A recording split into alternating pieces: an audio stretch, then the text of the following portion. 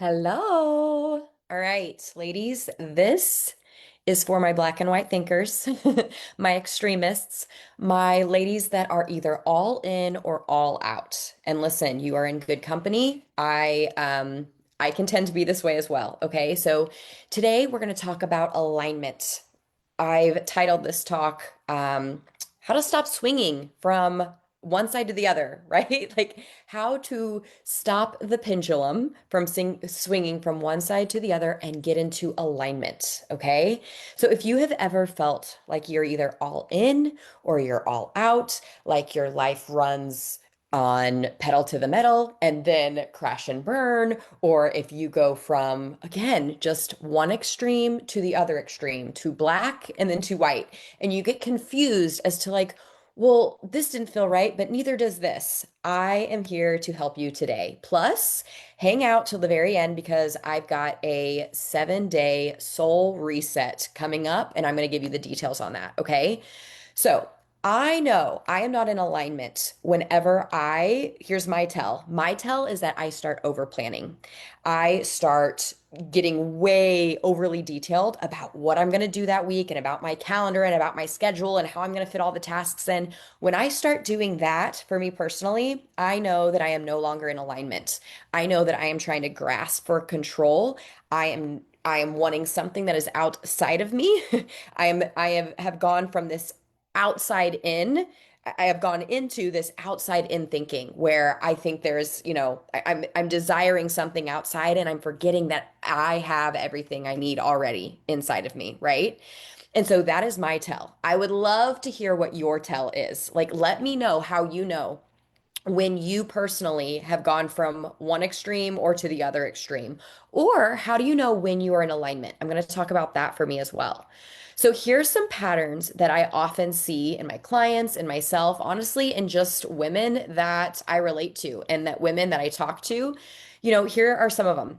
Again, the over planning or, right, so we go from over planning to hands off, right? Because I don't know about you, but when I get so, I tire myself out, right? With all the details and all the planning and like trying to control every minute of the day and like all my outcomes, then I just get tired of it, right? And it's like, oh, whatever happens, it happens, right? Or on the weekends, I just like, oh, like keel over.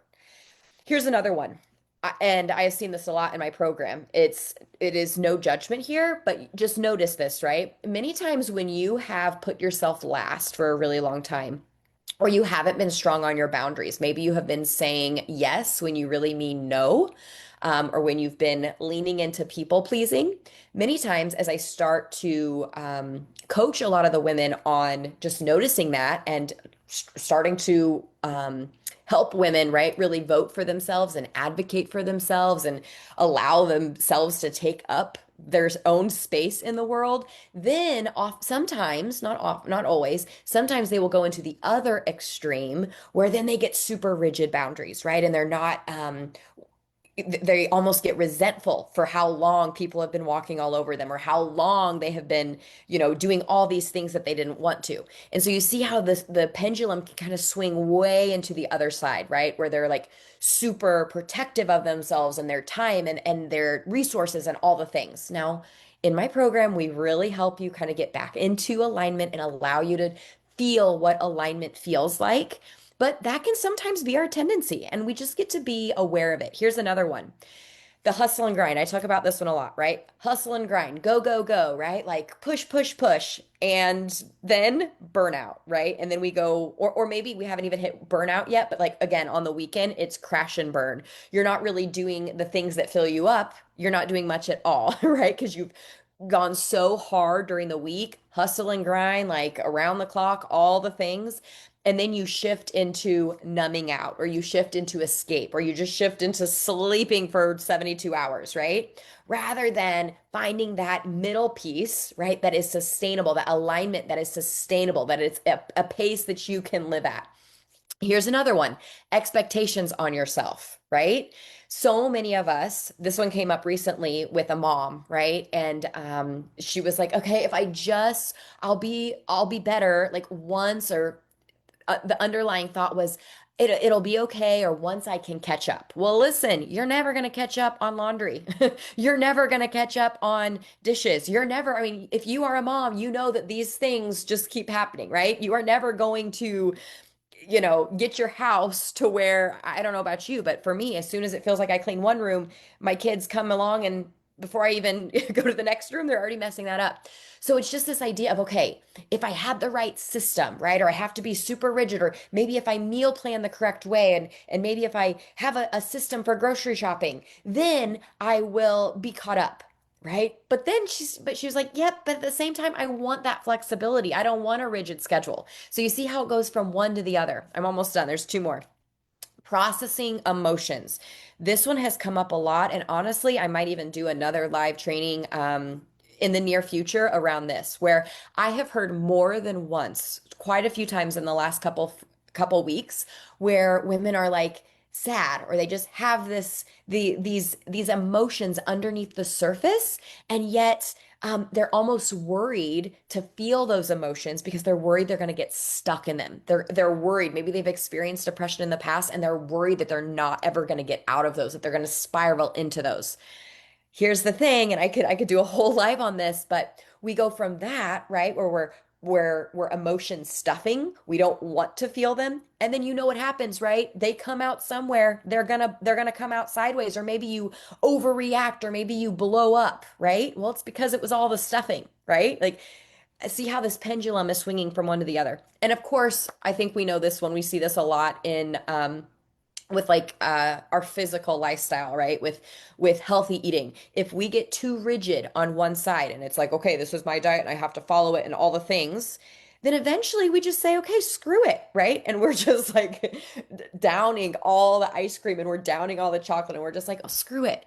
So those are just some examples. Let me know if any of those, or which one of those specifically hit for you, because listen, you're not alone in these things. Obviously, I am talking about this topic because it comes up a lot, and because I have really, even in myself and in my clients as well, have been able to find that alignment, that abiding that we are all wanting, right? Like that groundedness to know. Because what's really happening underneath when we swing from one side to the other side, what's happening underneath, right? Like I mentioned for myself, we are grasping for control, right? Maybe we're feeling out of control and we're not okay with that. And we cope with that discomfort by grasping at control, right? Okay, like maybe if I plan all the things. Or self-reliance. Maybe we're struggling to trust other people not to let us down, or to trust God, right? Maybe things aren't clear right now, and maybe we're a little unsure. And instead of just trusting, right, and getting grounded and getting rooted, instead we take things into our own power, and we try to make things happen on our own.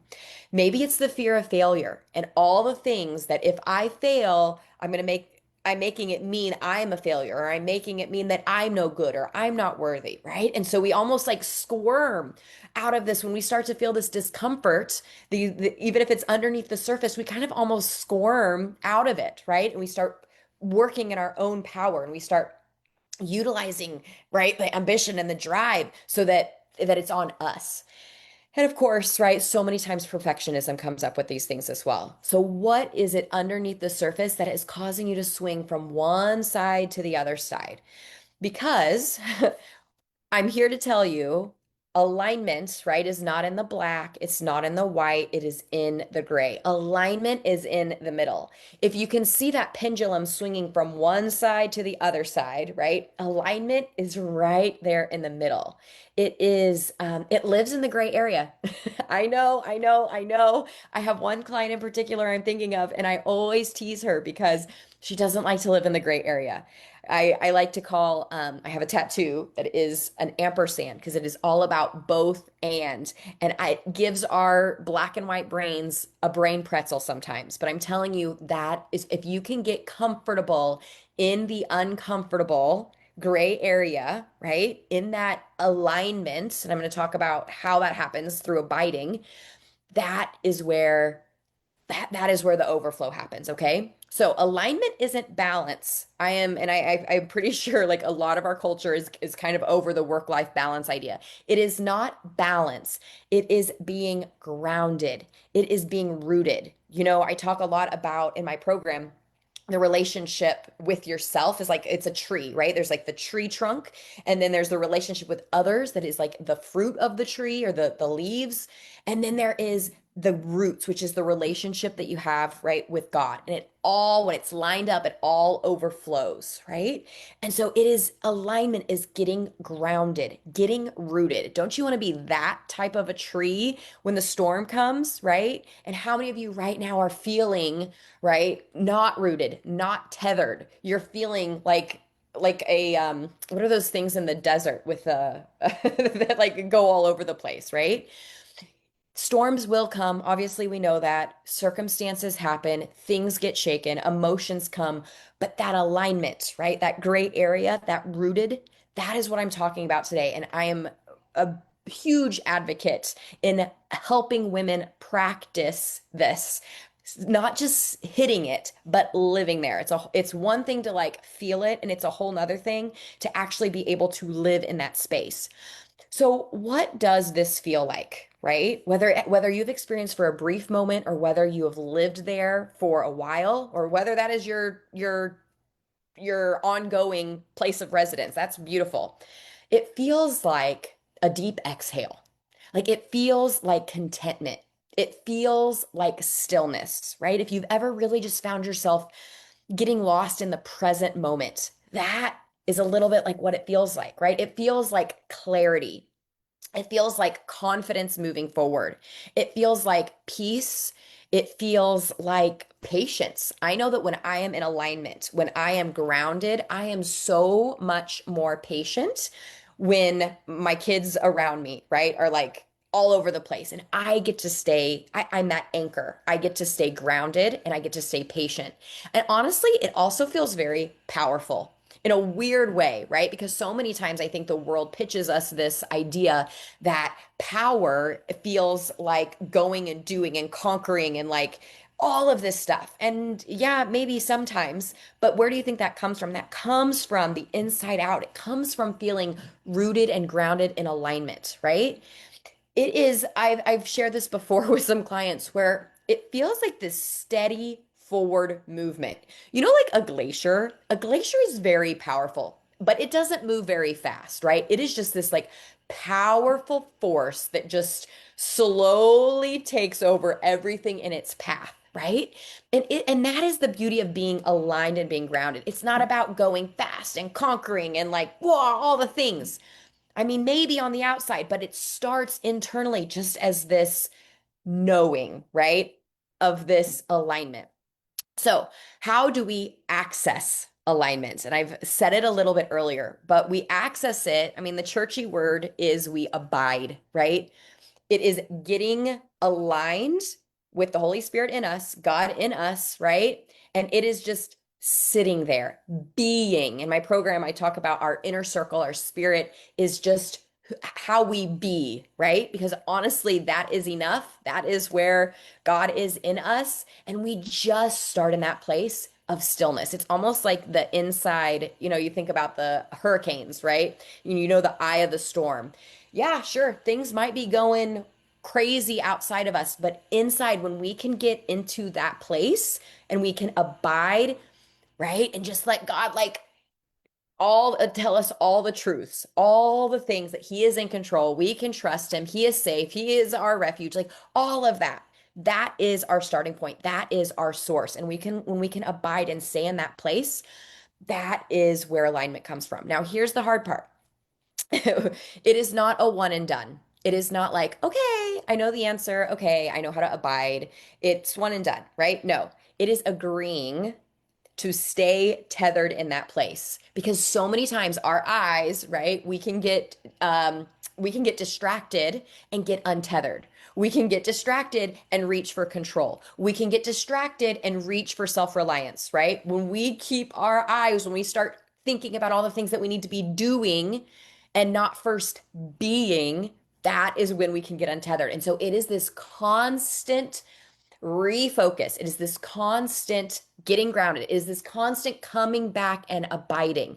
And you know what? You get to give yourself some grace because it's common and it's normal, especially if you're used to swinging that pendulum from one side to the other side, right? Eventually, and I tell women in this my program, I see it day in and day out, right? Where maybe 3 months in, they're swinging from one end to the other, but 6 months in, their swings are a little bit less, right? And a year in, they really know how to get back into alignment by abiding. They know their tells, right? And they know what can often get them out of alignment, get them freaked out, and they know how to get right back in. And living in that place for as long as possible, that's the beauty thing.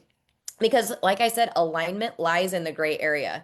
And naturally, right, our natural tendency is to squirm out of that, right? When we're feeling uncomfortable, it's to squirm out of that. I will tell you, though, it does get easier because eventually you're going to know what it feels like on the outside of that. And you're not going to like that feeling of being untethered. And so that's why it's common, right, to kind of come back into that place. So, what does it mean to abide? Like, let's get practical here, okay? It requires us to slow down. It requires us, I call it the power of the pause. Sometimes that is just a brief pause, right? And sometimes that is some time away. And it all kind of depends on where you're at in your process and where you're at with your pendulum, what you got going on, right? But pausing, it is the power of the pause, right? It requires us to slow down. I, especially since years ago, have when I was in burnout and struggling with all the things that God gave me freedom in, when I was struggling with those things, right, it took me a while to slow down. And I do say that I have a pretty slow, like the pace that I live now compared to then is much slower. And you know what? I still feel God sometimes calling me to slow down even more, even if it's just in my thoughts, right? Even if it's just with my kids having all the different things coming at me, all the requests and all the questions and all the everything, right? Even in those moments, it's the power of the pause. It is listening. It is being open, right, to a different way of living, a different way of thinking. Not just, okay, here's my idea. This is what I think I should do. Let me go after it, right? But it's really like pausing enough to acknowledge and be aware and grasp, right? Hold on to, okay, but where is God in this? Like, what does he have to say about this? What do I actually think about this? Like in my gut, how do I actually feel about this?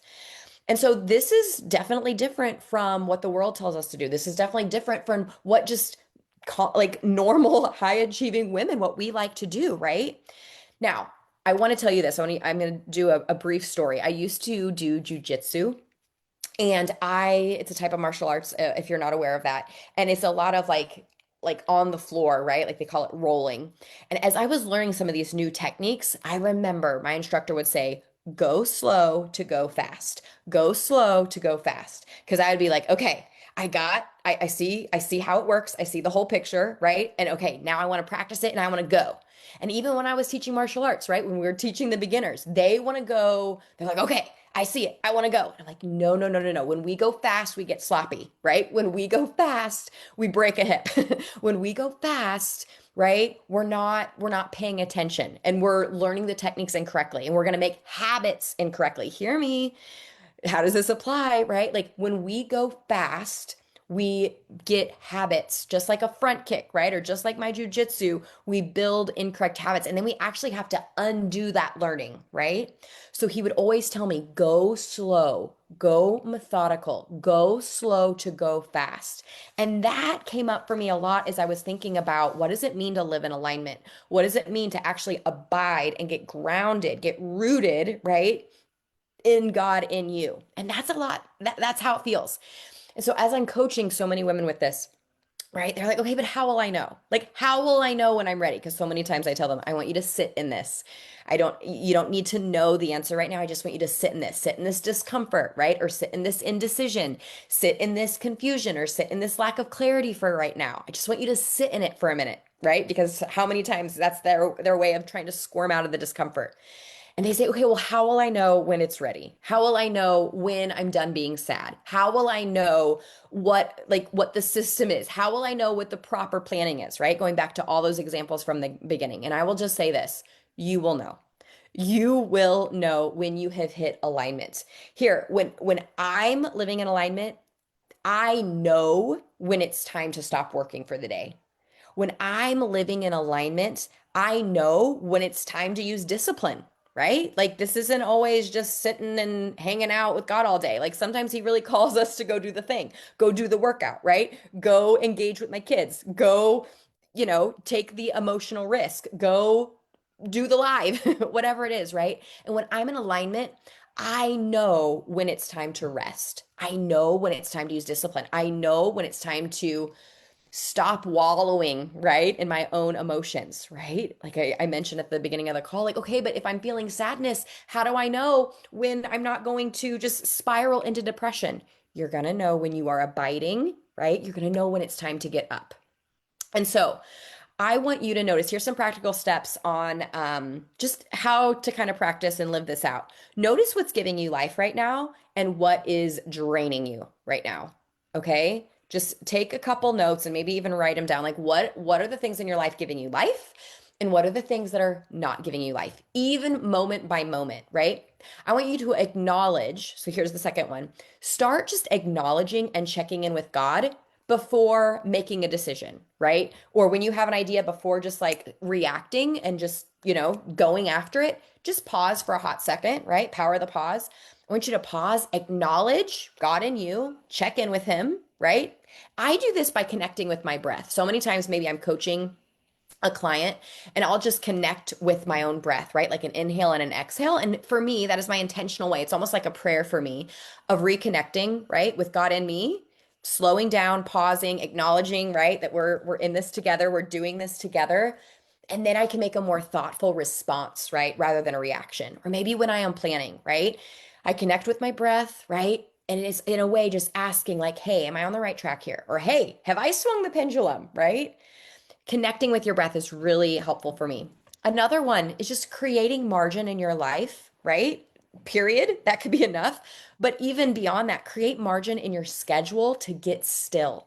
Create margin, carve out that time in that space to actually listen, to do nothing. And that, so many people miss that because it's uncomfortable, right? Because you start to feel restless when you're sitting, and that's when you want to squirm around, right? So create margin and start practicing margin. Start practicing nothingness, okay? Start practicing leaning into stillness.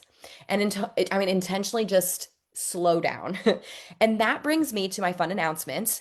I am going to be doing a 7-day, we can call it like a soul reset. I'm calling it permission to be, where we're going to start actually practicing these things. We are going to start practicing alignment. We are going to start practicing stillness. We are going to start practicing abiding, right? And so it is June 30th through the 4th of July. All right. So it's not next week, but it's the week after. And it's going to be 7 days like on of a group, okay, or a group of us, right? We're gonna have a Zoom at the beginning, at the end, and at the middle, just for like some check-ins, for some discussion, for maybe even some teaching and some thoughts on this. 7 days of guided stillness, and just I'm gonna help you get ways of spiritual reflection during those. Okay, there's gonna be daily prompts, and there's gonna be check-ins in the Facebook group. I said 2 to 3 live Zoom calls where you can actually connect with other women doing this. All right. And there's just going to be this community engagement with each other, right? If you are one that really loves to leverage accountability, if you know you need to do this and knowing isn't actually translating into real life, right? Then this can be a really good way to kind of like reset some of those practices, reset the pendulum back to alignment, right? And then, of course, I'm going to give you some tools to keep abiding even beyond the challenge. So if you are in for the challenge, let me know in the comments. All right. Why don't you just comment B, okay? BE, and I will let you know there's not going to be like a place to register or a landing page or anything like that. So I'm going to be reaching out to you directly and I'll be giving you the Zoom link and all the information. Okay. June 30th. Not next week, but the following Monday. That's we're gonna get started. I cannot wait to see you there and to get still and to get quiet and to get realigned with you there. All right, I'll see you soon. Bye bye.